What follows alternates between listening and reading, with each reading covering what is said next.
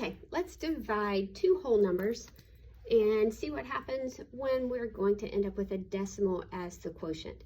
So I started off with 647 divided by 2. I knew 2 times 300 would equal 600, so I can go ahead and subtract that 600. Leaves me with 47.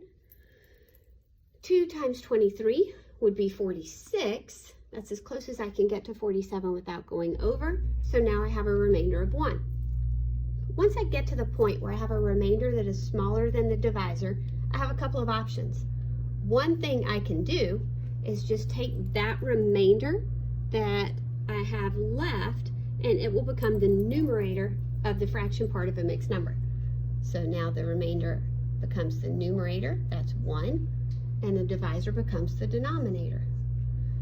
So now I've got my answer in mixed number form, 323 1/2, but I know on IXL, a lot of times you have to write the answer as a decimal.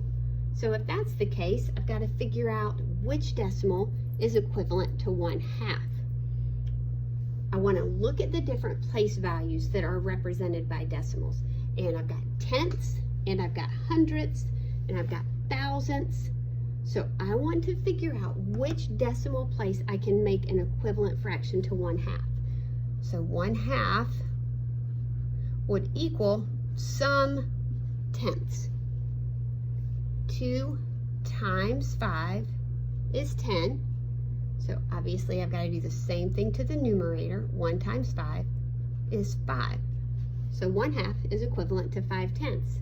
And we know to write 323 5/10 as a decimal, we just put the digit 5 in the tenths place.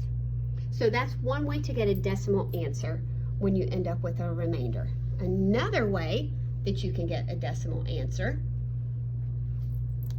is to come back up to the dividend and add your decimal where it would be right before the ones place, then add a 0 on there, then put the decimal beside your remainder and add a 0 there. Now I can think about the whole number 10. 2 times 5 would equal 10, but I've got 10 tenths here, so 2 times 5/10 would give me those 10 tenths. And I would end up with the same quotient, 323 5/10. Either way works, just choose the strategy that works best for you.